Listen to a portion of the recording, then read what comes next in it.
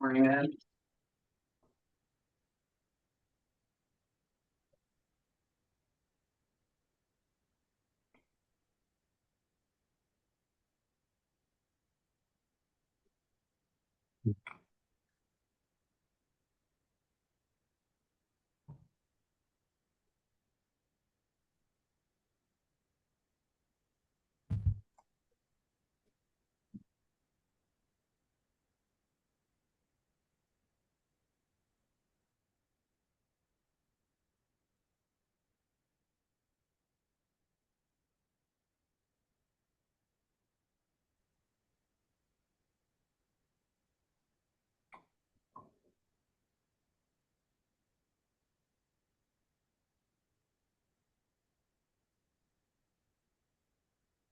Good to start.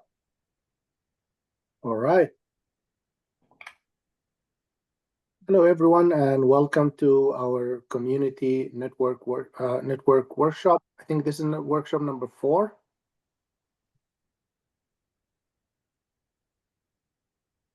Can everyone see me and hear me well? Because I just want to make sure that everything is working.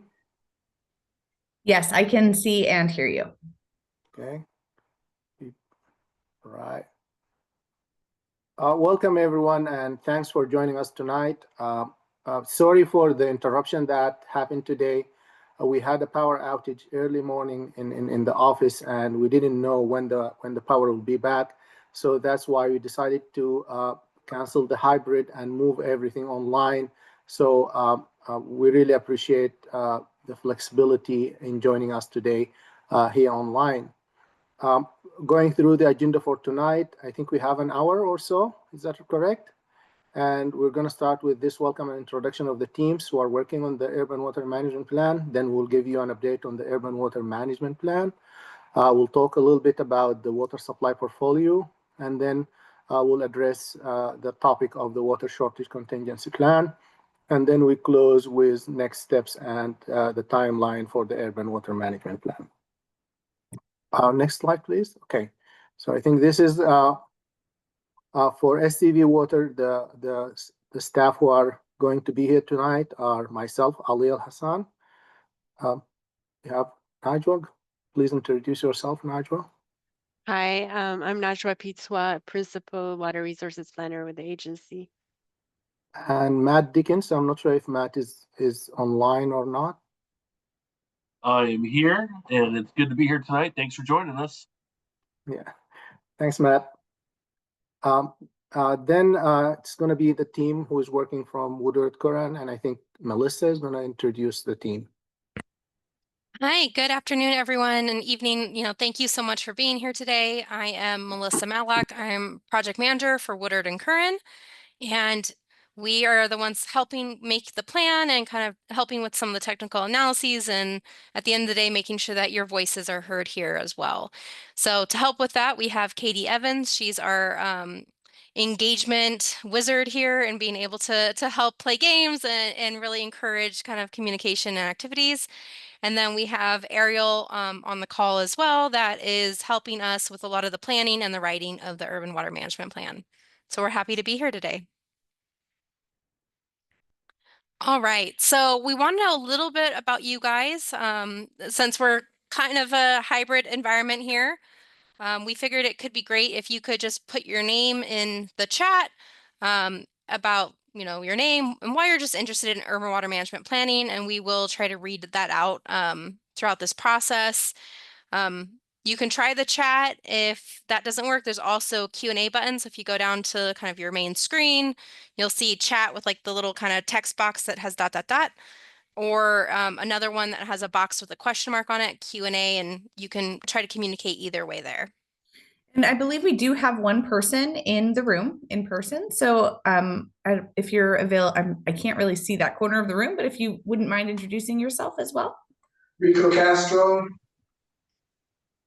We've got Rico Castro here. I don't know if you guys caught that. Thank you.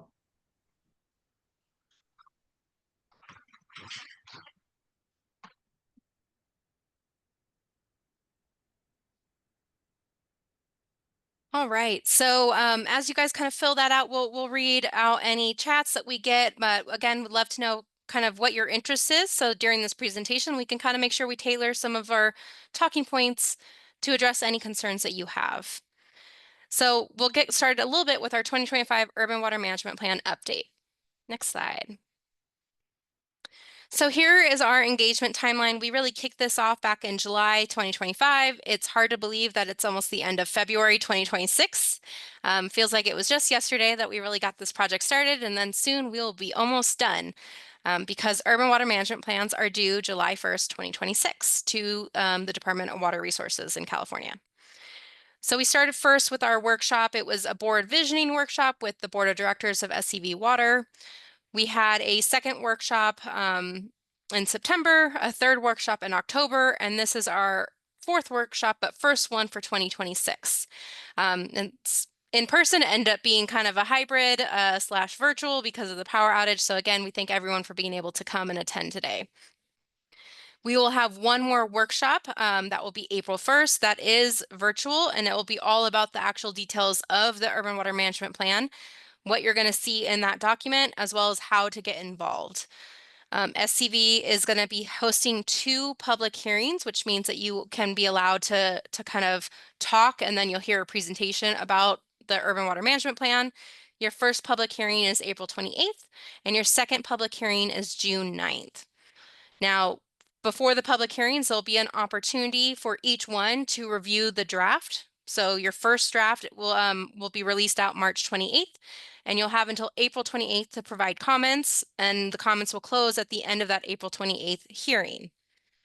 We'll incorporate all the comments we've received, see how to make changes and incorporate those, and release out a new draft of the Urban Water Management Plan, kind of our draft final at that point, May 8th. Where we will then incorporate comments and hopefully then close that public review period by June 9th and have that public hearing. And then after that public hearing, the comment period would close. Now, there is a week of a gap between the public review periods. That is really primarily for us to be able to make those changes. If you want to comment during that time, it will just be incorporated into the public peer review period 2 instead. So we'll make sure to try to capture all your comments during that process. Next slide. So some of the engagement activities, we did the board visioning in July.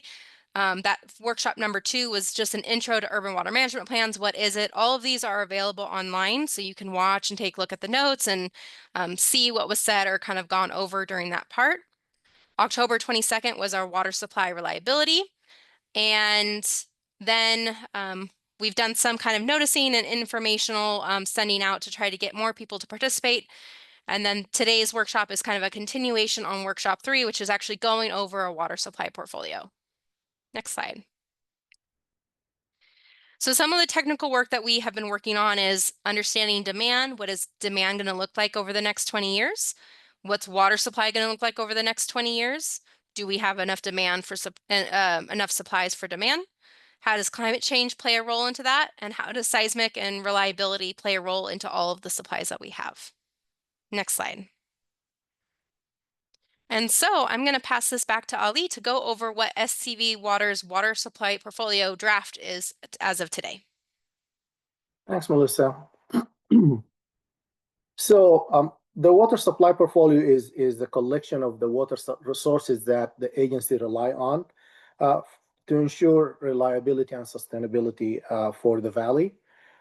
A major requirement of the Urban Water Management Plan is to test our water supply portfolio against different scenarios to show how we have enough water today and into the future under different circumstances that we're going to talk a little bit about it. Next slide. So what's in the SCV water portfolio? We have 2 main sources of water supply. The imported water, this is water that's not generated outside the area, and we have local water supplies. For the imported water supplies, this is mainly the State Water Project and the Dry Year Reserve, in addition to other supplies. And local supplies include the groundwater and recycled water. So Couple of notes about those two main categories of supplies that we have. Both have been impacted by climate change and have their own limitations and strength. Both sets of supplies are valuable in different circumstances. And having all of them together helps with flexibility in meeting demands in all circumstances. And that's where the word diversification come into play. Our agency is proud to have a diversified water supply portfolio, and this diversified water supply portfolio proven very essential and very important for our supplies for the customers in the area. When we had the drought in 2021, 2022, and at the same time we have to reduce our groundwater pumping due to pollution. So the other diverse water supplies that was available for us at that time made our agency full and being able to be reliable and providing supplies to the customers. Next slide. So water planning is a very dynamic process, and it has to address a lot of the change that we see in the system, as well the uncertainty about a lot of the issues, including climate change, the hydrology, regulations, and all of these issues. For us here in SCV Water, we use the best available data that's available for us to test assumptions across different scenarios. And this is what you're going to see today. We're going to see different scenarios, whether those are how is going to be supply demand under normal years, how is the supply demand looks into dry years, and how the supply looks into a longer dry period will look like into the future. But as we know that because of all the uncertainty and the progress that we continue to do in collecting the data and developing our tools and improving our understanding of our systems, the Urban Water Management Plan is kind of a living document that we always have a chance every 5 years to update it, look into it, incorporate new data and new information, and moving forward with that. So in this process, SCV Water evaluates our demand and supply across a wide range of future conditions, including different growth rates, drought severities, climate change, and regulatory constraints. Next slide, please. So we start, as I mentioned, we have to test demand and supply and see how the supply is going to meet demand under different circumstances. We start with our demand analysis. As Melissa mentioned early on, we took information from different sources, and we tried looking into the historic water use trends in the valley, and we tried to project demand under 3 circumstances or under 3 scenarios that's presented into this slide as you see it here. The blue line is the historic water use for the valley, and the black lines, the 3 of them, are the projection for the future until 2075. One thing to note here that the Urban Water Management Plan requirement is 20 years from now, which is 2045, but our agency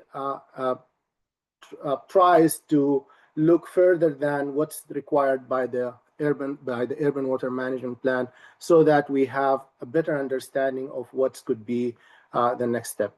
Taking into consideration that this information is going to be reviewed and revised into 5 years from now.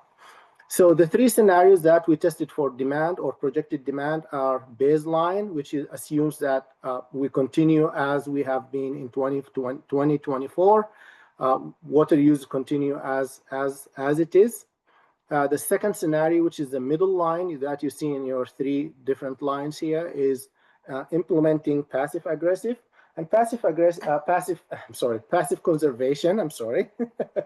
Passive conservation, it's the conservation that happened without direct intervention from the agency. This is mainly driven by the plumbing codes, efficiency standards, and new regulations and infrastructure improvements.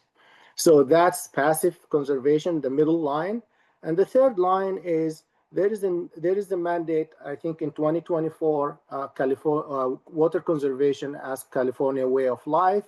That mandates further reduction in water use by urban water users. That demand projection is called urban water use objective.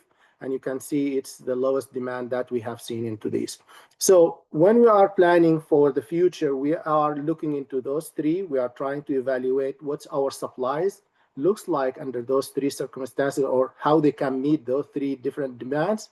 But when we are planning for the urban water management plan, we are using a comparison between how our supplies will look like with the baseline scenario or the passive conservation scenario. We are trying to be a little bit conservative here in our planning so that we can accommodate any future change that might happen, which a lot of them, so that we can be on the safe side when we are planning for the future. Next slide, please.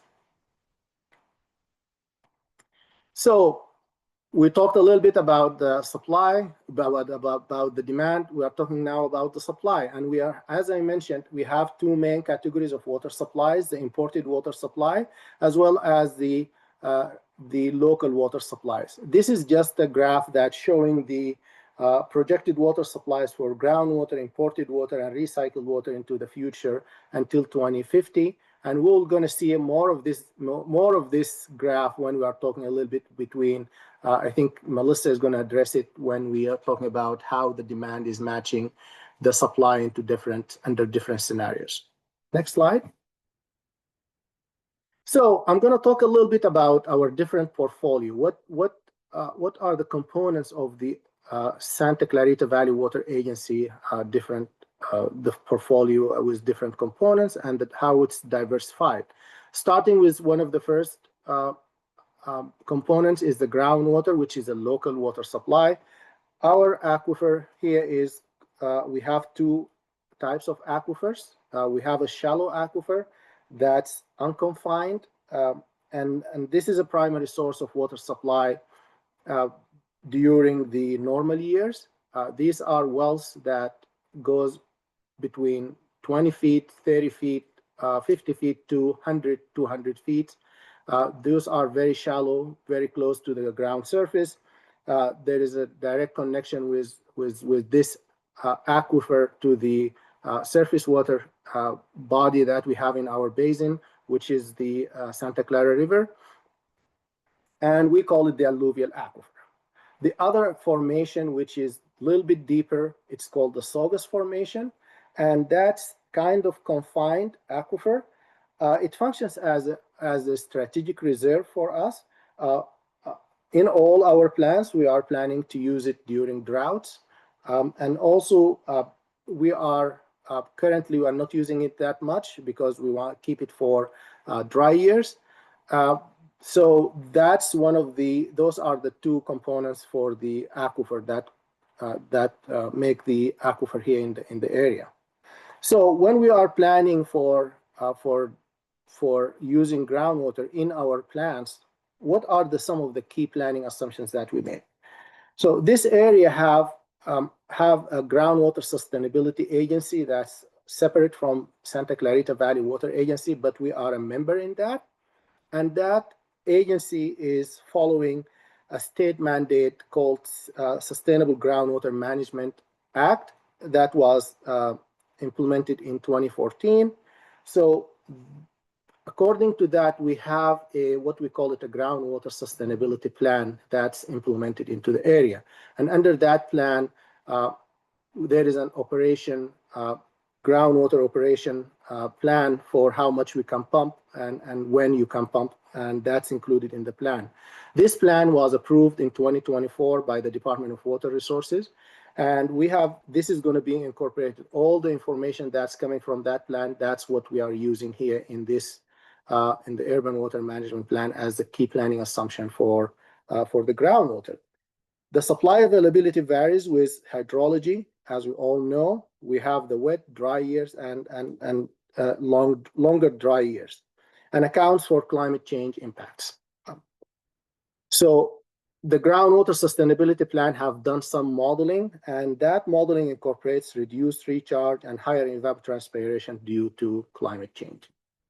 Next slide. Talking about our next water source, which is an imported water, which is the state water project. As I'm not sure how many of you are aware what's the state water project, but I'm gonna say I'm gonna define it anyway. The state water project is the statewide multi-purpose water storage and delivery system that's operated by the Department of Water Resources. It conveys water from Northern California through reservoirs and California Aqueduct, and probably have seen the aqueduct driving up north to Sacramento, and all the other related infrastructure to contractors throughout the state. SCV Water, we are one of the state water project contractors. So we are entitled to receive a share of the state water project each year based on the statewide hydrology and operational conditions. For us in SCV Water, our allocation is about 995,000 acre feet a year, or exactly 95,200 acre foot. That's most of the time, historically, that met about 55% of our water supply on average, and this is again on average. But one of the things that we need to understand about the state water project, because it relies on hydrology, snowpack, runoff, and reservoir storage, in addition to so many of the regulatory and operational constraints, there is a big and significant variation in how much water you get from the state water project every year. And if you go to the next slide, Katie, please. You can see that in this graph in front of you, this is the historic state water table A allocation for our agency. It goes from 5% at the lowest, which I think in 2022, 2021, 2022, and in 2014, those we get 5%, to 100% as we have seen it most recently in 2023. So there is a big variation between the amount of water that we receive from the state water project. But again, on average, we received about 54% of our water supplies is contributed by the state water project. So how we are using the information from this to take it here and include it into our planning. Usually the Department of Water Resources create a delivery capability report for the state water project every 2 years. That's including evaluation of historic and also projection for the future. And in that information, they will use different scenarios, including different scenarios for climate change, and provide that information to all the state water contractors. And we have used the using a central tendency climate scenario, a 50% level of concern. That's what we are using for our planning for the urban water management plan. Under that scenario, or under the scenarios that we received recently from the most up-to-date delivery capability report from the state, it's showing that for the long-term planning, the allocation is going to be reduced from 54% to 48% moving into the future. So that's taken into consideration when we are doing our planning for the future. Next slide. SCV Water have also fixed annual contractual deliveries and affected by hydrology with a couple of entities that we receive this water. And this water, and some of it, I'm just going to talk about a little bit of the assumptions for these. Those deliveries are not, since they are not impacted by hydrology, they are available for us on every year. So they are available for us in normal years, dry years, multi-dry years. It's very consistent. We receive that water every year. We have a contract for it to receive it every year. Those water supplies proven to be very critical supplies during dry years, since we have that's one of the only supplies that we receive during dry years. Next slide, please. Talking about the other source that's locally generated is the recycled water, which is reclaimed wastewater. In our valley, recycled water is currently limited to landscape irrigation for golf courses. But there is a move and an action that the agency has taken so that we can expand our use of the current available water supplies from the recycled water. The assumptions that we used for planning in this urban water management plan that existing use will continue into the future, but we are going to grow through new development and conversion of some of these currently using potable water into recycled water use into the future, and also expanding the infrastructure that's needed to distribute some of these recycled water to new customers.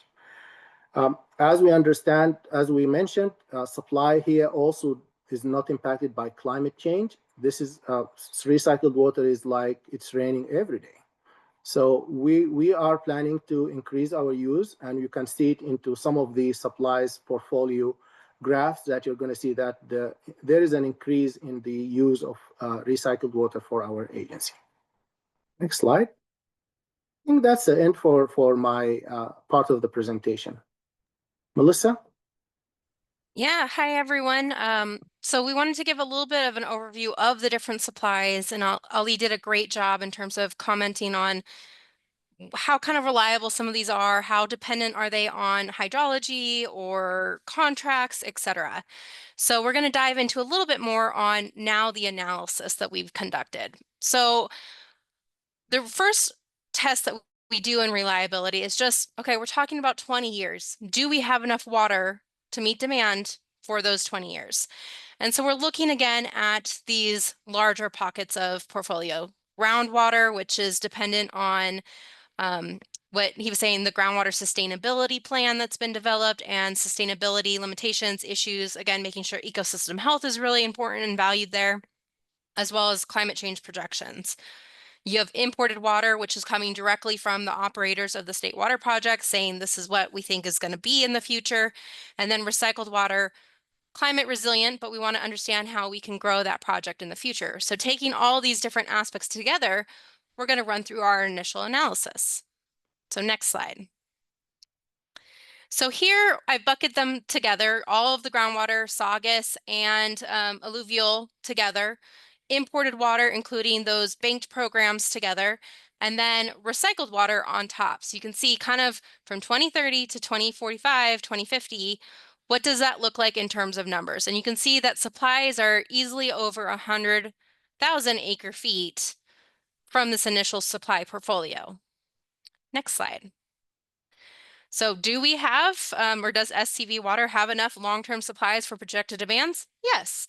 So when we look at those demands that were presented earlier by Ali and compare them against this, it's about enough supplies to about 50%, 60% of what demand is under this kind of normal year. What we kind of typically assume long-term is what it's going to look like. Now, as demand increases, you see that goes from, a little over 60,000 demand to, maybe about closer to 70, 80,000 in demand. There's still enough supplies, but you can see how it kind of breaks out and how maybe during different years and different supply allocations, you can really use this diversified portfolio to really pull where you need it to pull. Next slide. So a different kind of stress test that we do when looking at in the urban water management plan is, okay, we looked at long-term, we don't have a crystal ball, we're trying to analyze what's going to happen, but the plan is updated every 5 years. So the Department of Water Resources is really interested to know, what about the next 5 years? Let's say, the next year is a single year drought, the worst of its kind. Let's say every year for 5 years is the worst of its kind drought. How do your supplies and your demand look like in that scenario? So this is what we call, this type of assessment is called a drought risk assessment. So we are looking at larger impacts in terms of drought specifically and climate change, how things start compounding with stress on water system, on ecosystem health, those different kind of requirements that happen, and also demand increases potentially if there's no kind of actions that try to decrease demand. So you have stress supplies and increasing demand on a very kind of high stress next 5-year period. So in terms of our drought risk assessment, some of the factors we look at are climate change. We're looking at higher temperatures to increase demand, reducing effective recharge. Drought extremes are kind of the multi-year drought conditions. That's going to impact water reliability, especially imported water, potentially increasing the need for groundwater. And then ecosystem health. At the end of the day, for when droughts are that bad, there's a lot of switch to making sure rivers, riparian areas, groundwater dependent ecosystems are really important and saved. So we want to keep that in mind as we go through here. Next slide. So when we look at this, we see some changes to supply. So originally on that first slide where I came on, there was 3. It was imported groundwater and recycled water. We've added 2 kind of different supply buckets into our pond of water, if we want to say. And this is kind of the analysis that we've done. So for imported water, originally it was about 48% long-term, 54% near-term.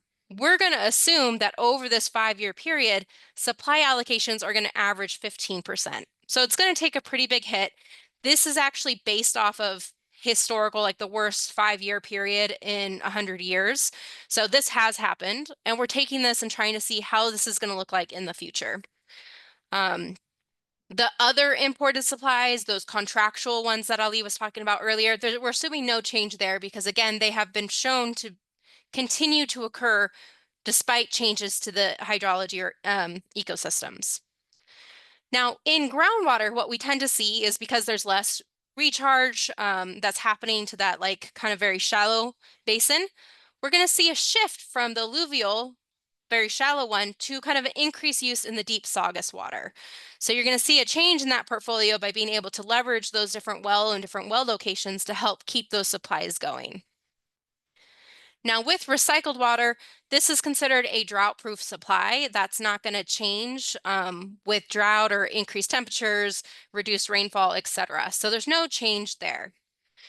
What we pull in instead is what we call dry year reserves. So this is stored water and exchanges that we can supplement supplies. And you know, these kind of banks, you know, it's like a piggy bank for water where you're storing water for when you need it, right?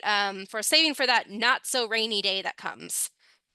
And so the idea here is that over these years, when it's been super wet and you're getting that 100% allocation, SCV Water has been taking that water and putting it into a underwater groundwater bank. And it's there and they can pull it during dry years. And then the next thing that we see as kind of our tool in the toolbox here when it comes to drought is also demand management. So for short-term droughts, being able to communicate about drought, be able to say like, hey, let's do our part, let's try to reduce water, let's not see that demand increase, is also a really important tool there. Because generally, if we're not communicating about drought and we're not looking at conservation or that near-term water reductions we need to hit, you're going to see just generally an increase in water use. You know, you're going to have less rainfall, so you're going to add more water outdoors. And so if you want to try to be able to still keep your landscape alive, but being able to adjust and make sure that you're not overwatering, it's a short-term period you're trying to just get through, conservation can actually end up being an additional supply. Next slide. All right, so when we look kind of, again, this is over the next 5 years. So if we assume drought hits this year, the next 5 years, the end of that 5-year period is 2030. In our normal supply, so what we talked about first, you can see about a little over 100,000 acre feet. This matches the slide we showed earlier for 2030. Groundwater is about 40% of that, imported water a little bit more, and recycled water still a little bit because of what they have in terms of facilities. Next slide. This is what this portfolio looks like in terms of drought. So you can see here, side by side, trying to keep the sides equal here, you can see that groundwater increases to almost 60,000. imported water decreases, and then you have this ability of this banked water to add in and increase as well. So what you hopefully are seeing here is that the top line, what supplies are, stays the same. So this is after 5 years of some of the worst drought around. SCV Water is able to keep these supplies at the same level. It's just changing how much of water they take from a certain part to another part to, again, make sure that they are using what's available to them and also keep making sure that the ecosystem health is there. So next slide. As part of our risks and our stress tests, do we have enough supplies during this drought? So here's kind of how the drought looks like over time. And next slide. The answer is still yes. So drought and the demands have been increased here to accommodate the increase in demand that has happened. And so generally we see over this 5-year period, there is still enough supplies to meet this drought. And that's really because of those dry year reserves. That's the purpose of those programs and why that investment occurs, is because in times of shortage, we're able to pull and help supply for customers. Next slide, Katie, to you. Thank you. Sorry, I had trouble unmuting there. Thanks, everybody. So I think that was a lot of really good information that we very much needed to do our activity. So the next thing that we're going to do is a mini SWOT analysis. We're going to do this based on the portfolio information that you just saw. So you might be familiar with a SWOT analysis. They tend to happen a lot in workshops like this. And I do, again, apologize that we had to take this meeting virtual the way we did, because it would have been fun to have you walking around the room to fill this out. But we're going to do it in a virtual activity. I'm going to show you how to log into that in just a second. But before I do, I just want to go over what a SWOT analysis is for anyone who's never been a part of one before. So SWOT stands for strengths, weaknesses, opportunities, and threats. And what we're going to do over the next couple of minutes is thinking about the portfolio that you just saw, the analysis that you just saw, and the supply and demand comparisons that you just saw. What are the strengths, weaknesses, opportunities, and threats? So important to note, strengths and weaknesses are considered internal. So these are things that we can control. So things that SCV Water has the ability to make a change on. So for example, a strength could be our existing contracts, right? That's something that we put into place and we have control over. Conversely, opportunities and threats are things that are external. So these are things that we do not have control over. So for example, an opportunity might be something like new funding sources for additional water conveyance, or something along those lines, something that is outside of our realm of control, but might be something that helps us. So strengths and weaknesses, internal, opportunities and threats, external. I will remind you as we go through it, but that's what we're going to do now, is we're going to go through each one of these and try and identify a few strengths, weaknesses, opportunities, and threats for the portfolio that you just saw. So the way we're going to do this is you can click on this link.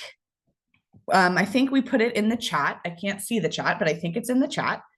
If you don't want to click the link, you can just go to menti.com, MENTI, and then it will ask you for a code. Maybe we can also put this code in the chat if somebody's able to type that in.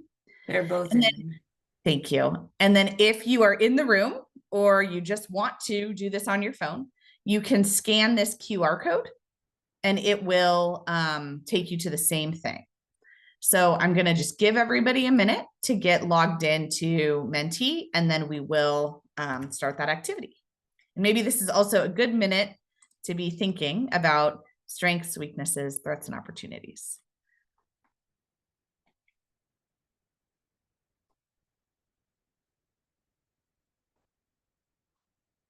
I'm going to leave that QR code up for just a second in case anybody needs it.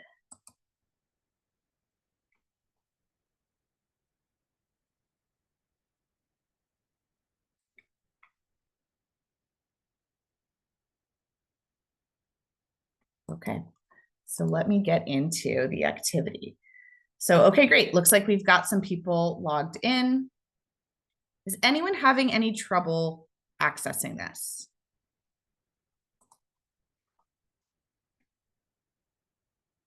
If you're having any trouble, please feel free to put something in the chat and we can talk through that with you.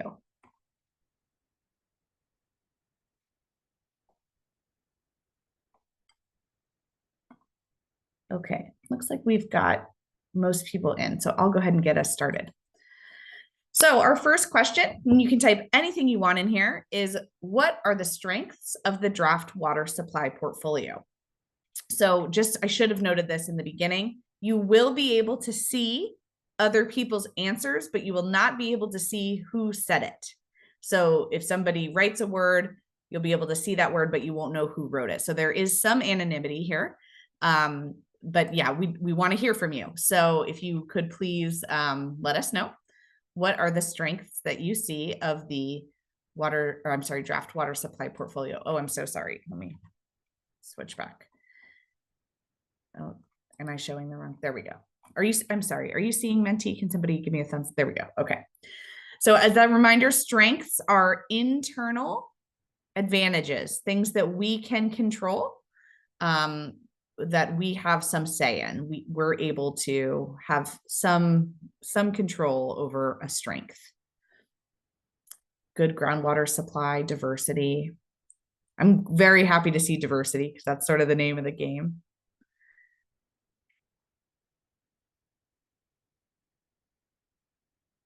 If you just agree with a word, you can also write it again. It'll just get bigger in the word cloud. Local. Yeah, we have a lot of local supply.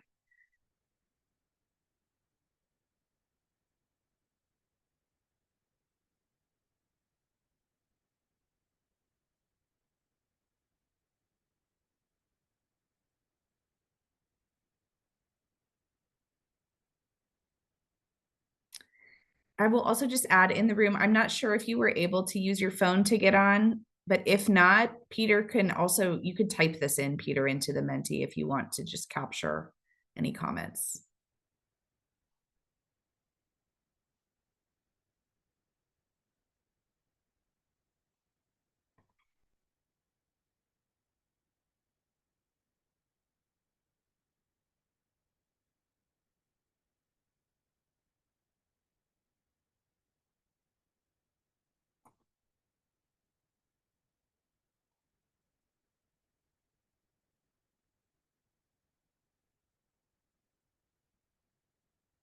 Responsive community, great.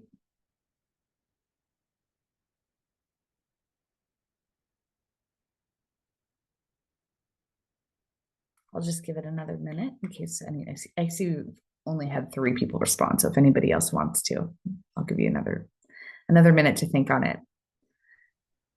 And Katie, for the recording, will this Menti be available after this workshop? Yeah, we can certainly make this available to others. If you have any additional thoughts that you want to add later, it'll be the same link. And if there is anyone who is just watching the recording and was not a part of this live webinar, then you can use that same link to participate in the Menti.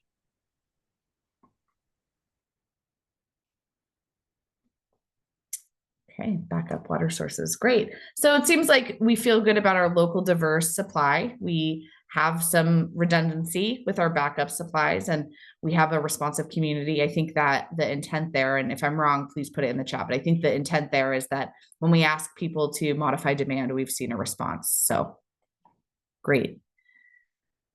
All right, what are our weaknesses? Again, internal. So now we're looking at anything that we have control over that we see as potentially a disadvantage or something that is an area we could improve or we should look to strengthen.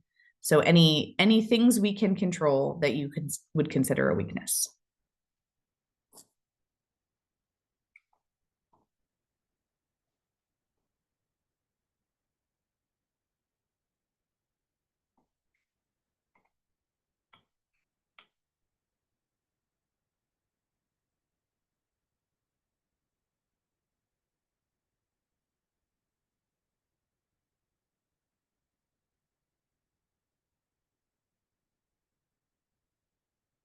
And of course, the intent of doing these types of plans, right, is to identify those weaknesses, to identify those threats, and make sure that we're doing our best to address them. So that's why we're really interested in looking for those now. Operational restrictions.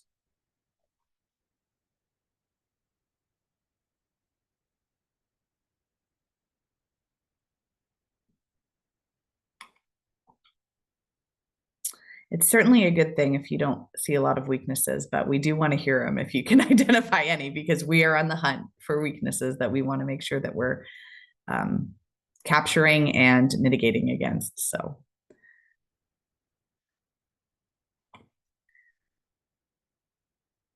budget constraints. That's typically a weakness of a water supply portfolio, because of course we are constrained, right? We do have to weigh the amount that we're able to spend on supplies in our supply portfolio with rates, because of course customer rates directly fund this type of thing, all of these things. So budget constraints do come into play. Great answer.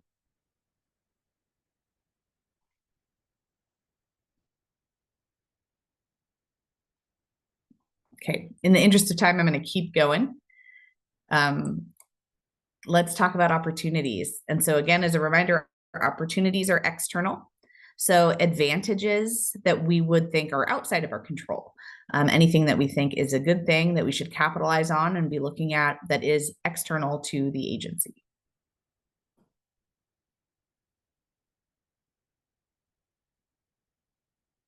Looks like a little typo for an A, but I like it.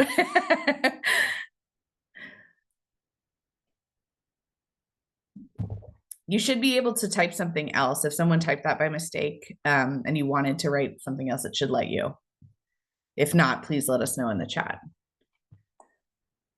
New banking programs.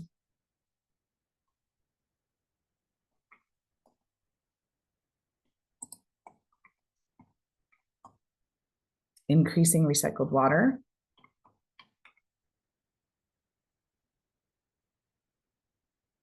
And so that's interesting as an opportunity. It depends on your perspective, because sometimes it's a strength, right? Internally, we can make a determination that we want to increase recycling. But externally, as an opportunity, can we find customers who want to use recycled water? Can we convert customers external to the agency to be on recycled water? So it's good to see that answer there, because it is sort of a two-pronged opportunity.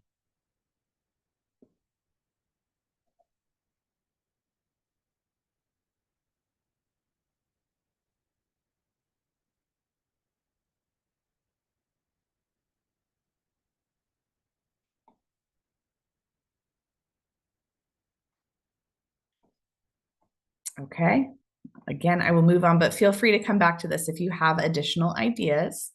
And we'll go to the last one, which is threats. So threats are external. So external disadvantages that you see, things that are outside of our control that we should be concerned about or on the lookout for.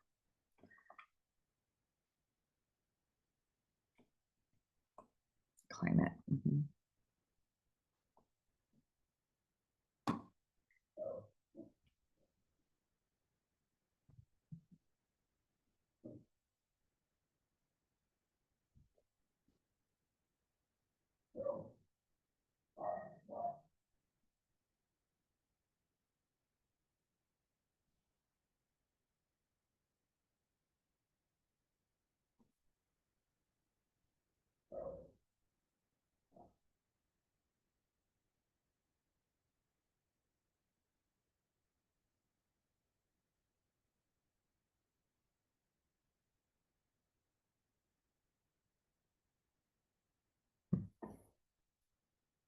These are great answers. This is exactly what I would have put in this chat box.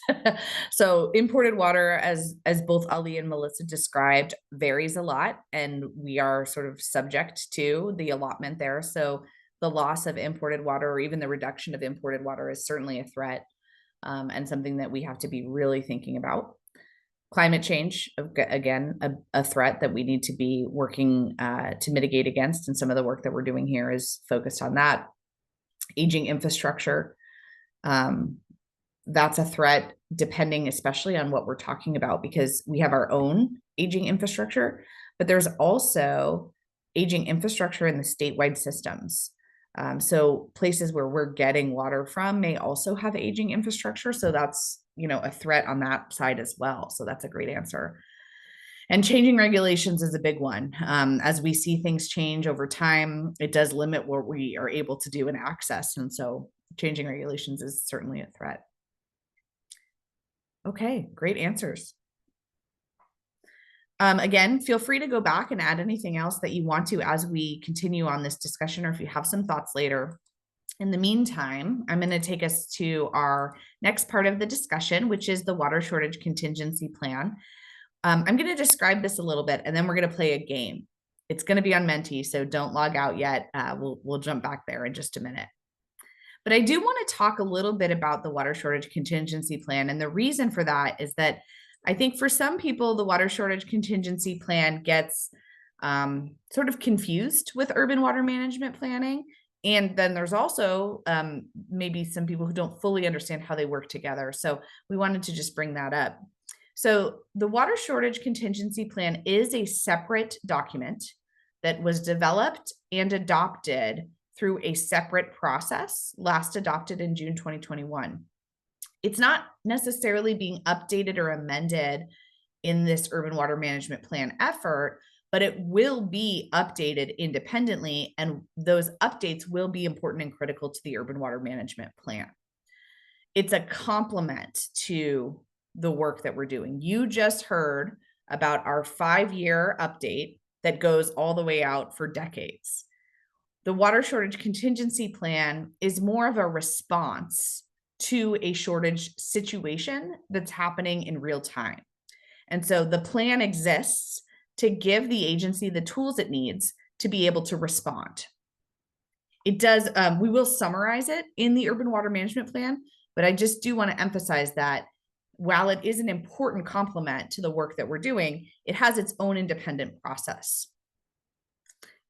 So the water shortage contingency plan has 6 levels of shortage. These are the same 6 levels of shortage that the California Department of Water Resources uses and has given the water agencies around the state to use. It goes from stage 1, which is a 10% reduction, so a need to reduce water use by 10%, all the way down to stage 6, where we're only using water for essential uses, public health and safety type of things. So you can see 2 through 5 take us 20% through 50. And then once we get past 50%, we're in that essential use only category. So these are the stages that we could be in via a water shortage contingency plan response. We check for those stages a little bit differently than the way we look at data for urban water management plan. So we are regularly monitoring lots of data sources related to this, but we're also looking at real-time conditions while we're checking in on those future supplies. So this is really our ability to make changes and pivots in real time. And there are 5 ways that we're looking, or 5 different things that we're looking at: hydraulic conditions, imported water availability, local groundwater levels, banking and transfer availability, and local demands.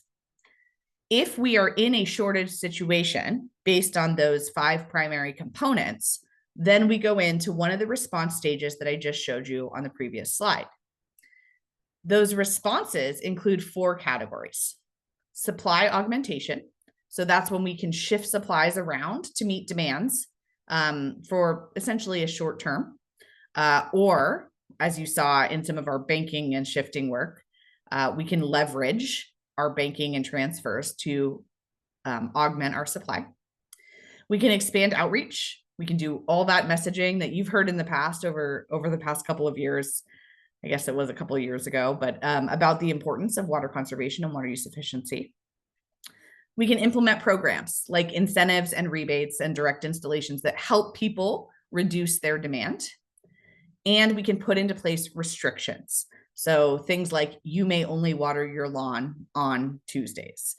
That's a restriction. That's one of the possible types of response we could have.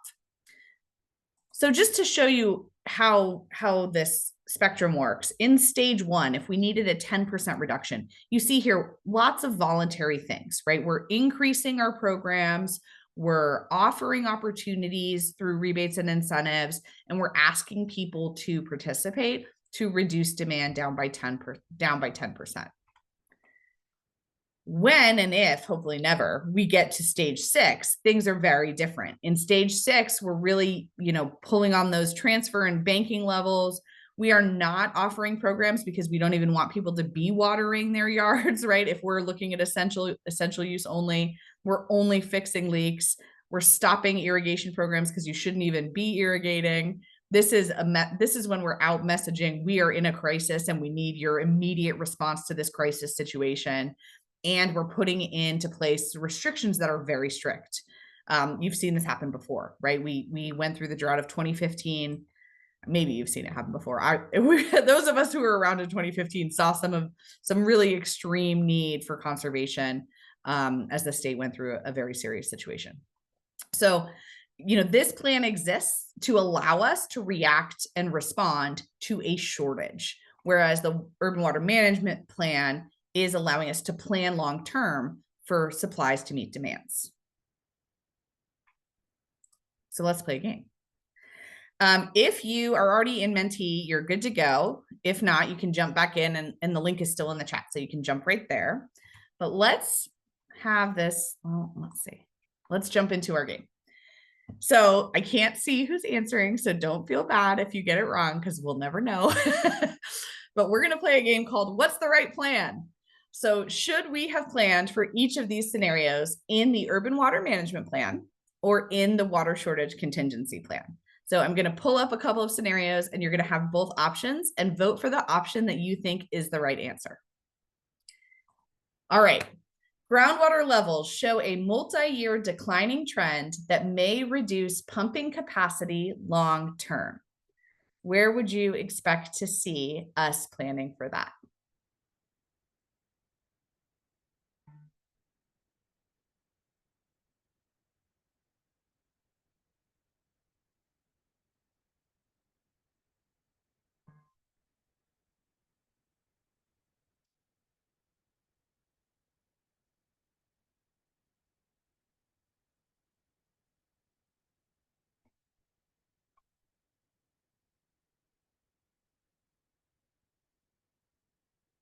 Okay, so this one, I would say this is going to be an urban water management plan effort because this is a multi-year issue and we're looking at the long-term capacity. This looks like urban water management plan to me.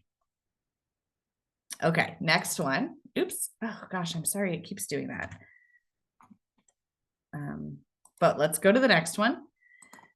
Okay, supply from the state water project is temporarily interrupted for 60 to 90 days due to emergency repairs. So that means our imported water is temporarily unavailable.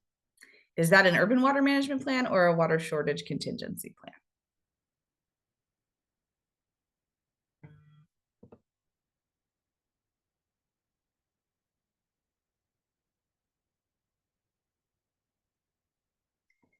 Yeah, I agree. I would call that a water shortage contingency plan because it is a quick emergency situation. We need to be able to react. And then once repairs are made and things go back online, we'll go back into our long-term situation. So good job. I would have also chosen water shortage contingency plan there. Oh, again, I'm so sorry. Every time I click a button, it just wants the slide deck. Okay. Imported water becomes more expensive long-term due to infrastructure upgrades and energy costs. You need a diversified portfolio strategy. Where are you going to see that?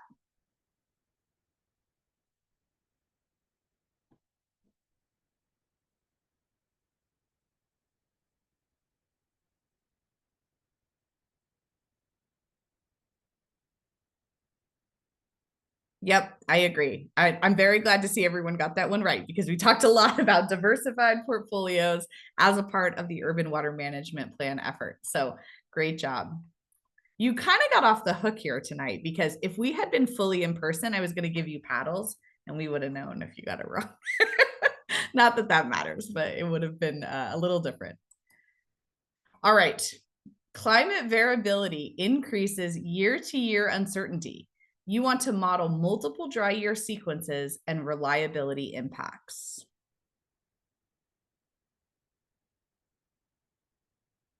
They're getting a little harder.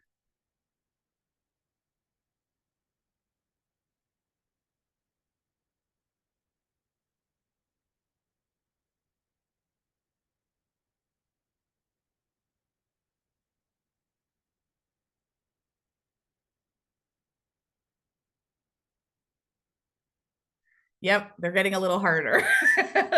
Okay, so we're split.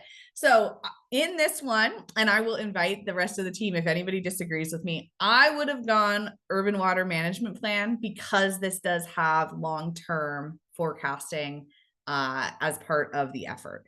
Doesn't mean that you wouldn't have to address it if it happened quickly and you needed a water shortage contingency plan response. So that one was a little bit of a trick question, but I think I would generally put this type of analysis and work in an urban water management plan. A regional power outage disrupts pumping and treatment operations for days.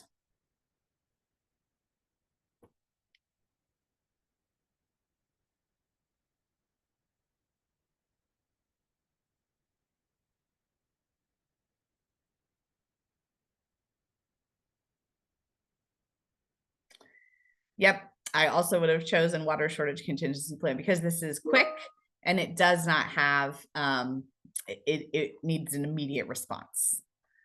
All right, we are at time. I do have one more though. I am going to ask you to do it, even if you, I'm going to ask you to do it really quick. A court ruling changes environmental flow requirements, reducing available diversions in certain months.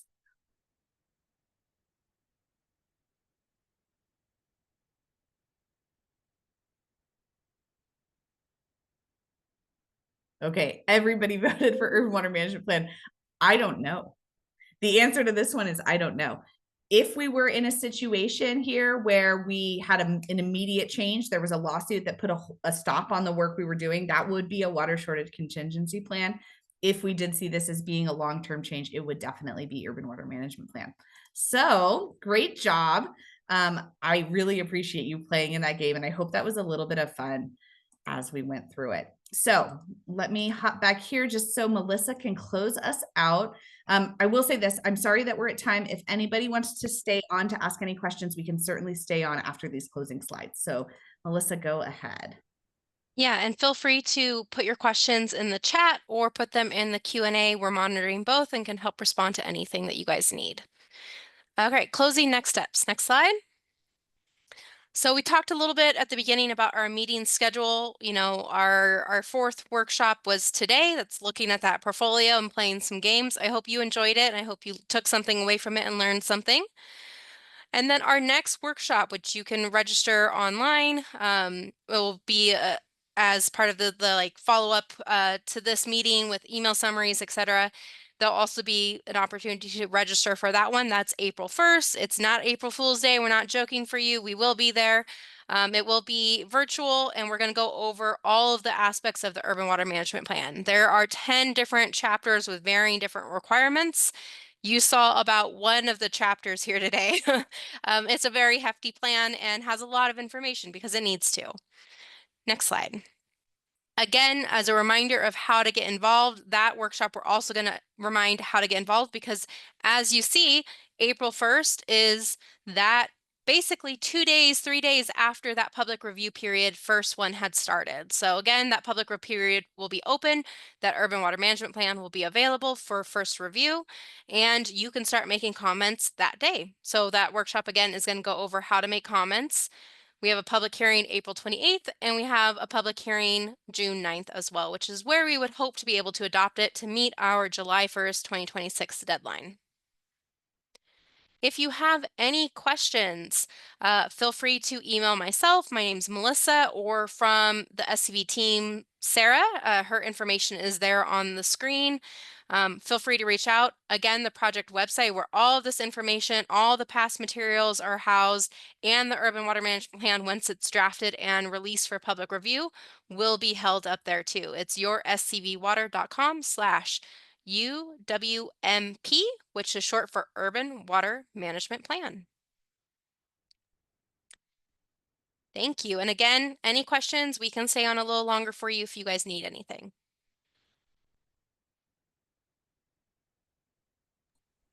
Thank you all so much for joining us tonight. We really appreciate your time, and we hope to see you April 1st.